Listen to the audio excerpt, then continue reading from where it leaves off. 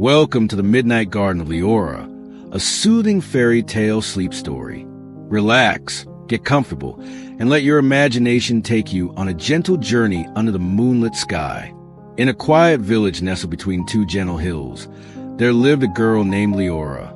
She was neither the youngest nor the oldest in her town, and she lived in a tiny cottage with ivy crawling up its stone walls and lavender growing by the window. Liora wasn't like other children. She spoke softly to butterflies, read stories to moon, and always believed in things that could not be seen. Every night, before the stars took their places in the sky, Liora would sit at her windowsill and listen, not for voices, but for stillness. You see, stillness has a sound of its own, like soft pages turning in a forgotten book or feathers brushing against a dream.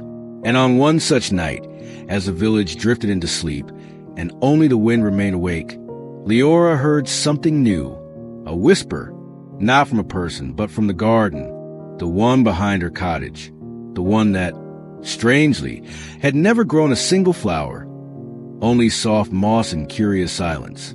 But tonight, that whisper called her name. Liora? She paused, blinked, then again, a little louder, gentle, not frightening. Liora, come walk.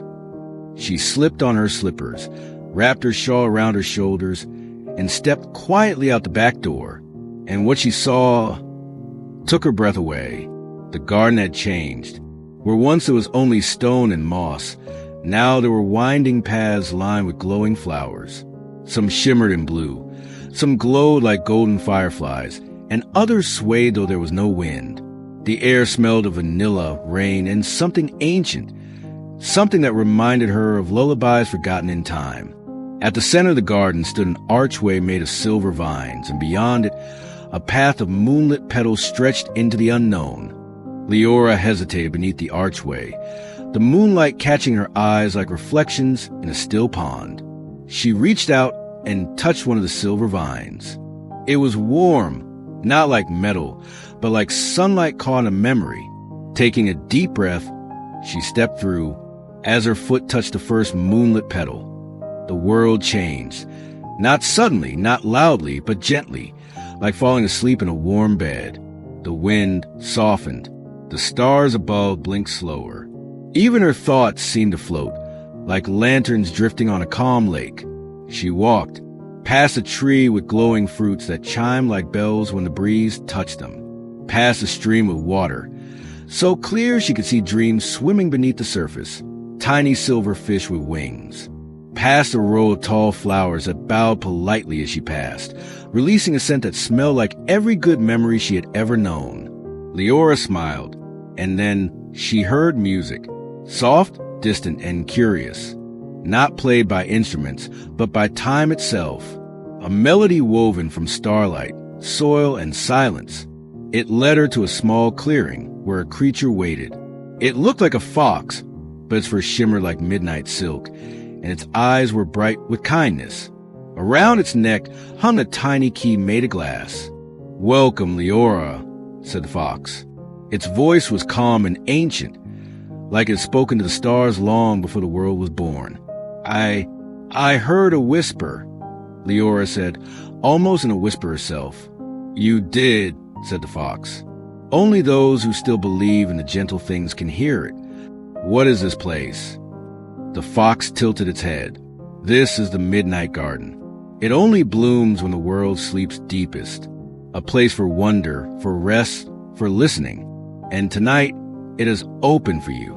Liora looked around, heart slow and full. "But why me?" "Because you listen," said the fox. "And those who listen are invited to dream." The fox turned and began to walk along another path that sparkled with crushed stardust. Without hesitation, Liora followed. The path led Liora and the fox through a forest of twilight trees.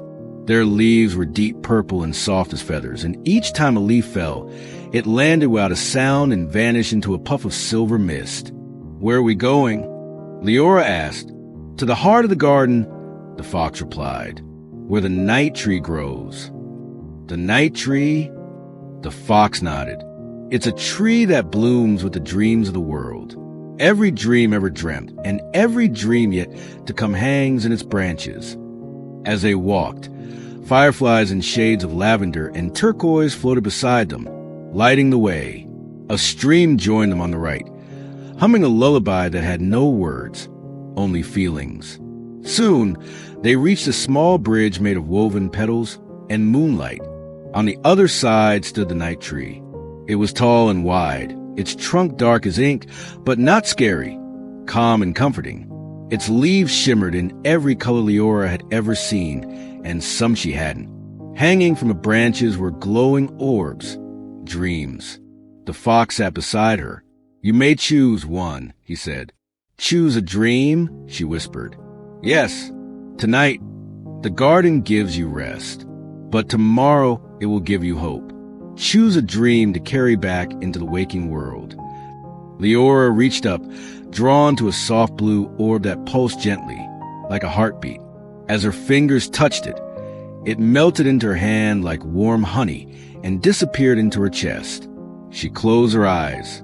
For a moment, she saw a glimpse, a future where she walked freely through forests, wrote stories that reached people's hearts, and shared laughter that echoed into stars.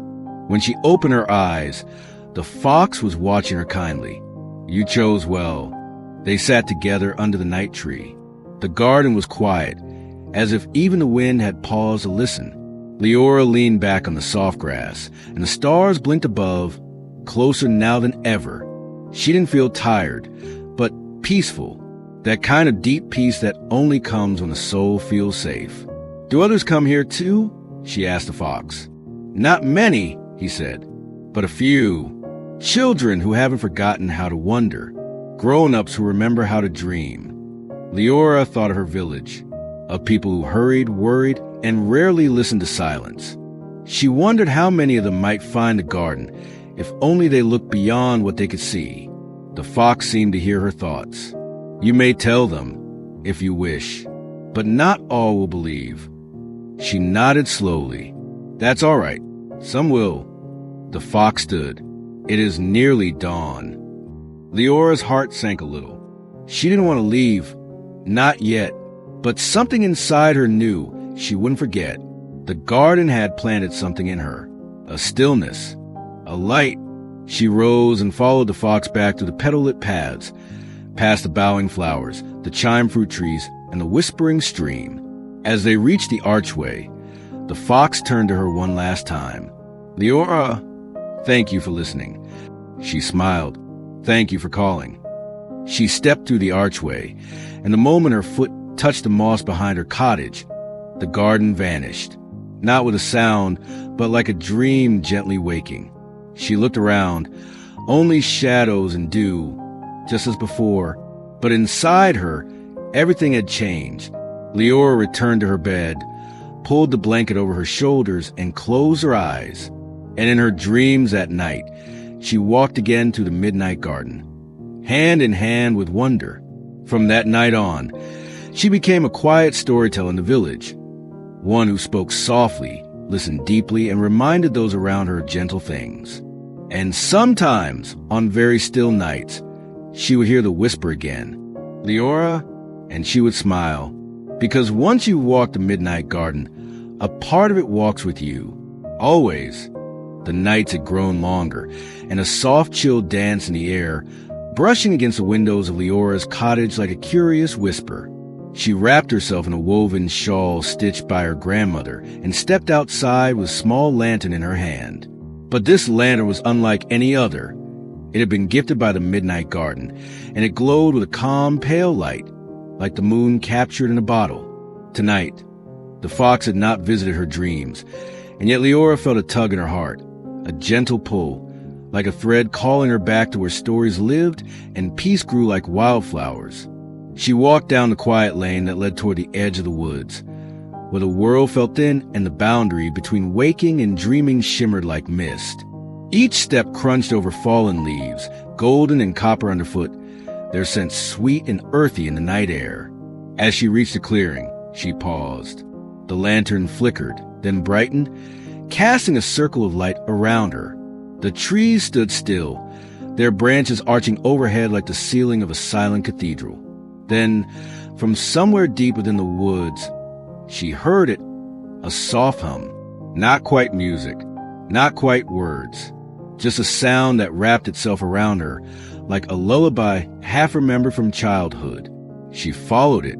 The forest welcomed her. Fireflies blinked softly beside her path, and the scent of night jasmine curled through the air. She walked for what felt like both minutes and lifetimes, until she came to a grove she had never seen before.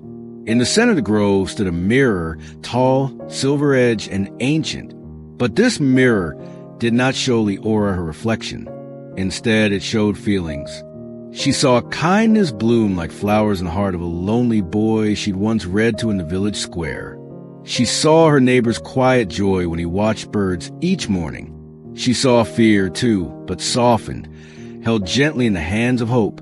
The lantern she carried began to sing, not with sound, but with a steady glow that pulsed with each beat of her heart. And in that moment, Liora understood. This was a lantern of listening, not for hearing voices, but for sensing the quiet truths people carry, but do not always speak. She knelt before the mirror, lantern at her side, and whispered, "I'm listening." And the forest answered, not in words, but in stillness, in peace, in the warmth that rises when someone finally feels understood. Liora rose, not with answers, but with understanding. She made her way back through the forest, not feeling alone, but gently accompanied by every story she had ever heard. Back in her cottage, she set the lantern on her windowsill. Its light never faded. From that night on, people said that when the world felt heavy, the light in Liora's window would glow a little brighter. And somehow, they felt heard, even without speaking.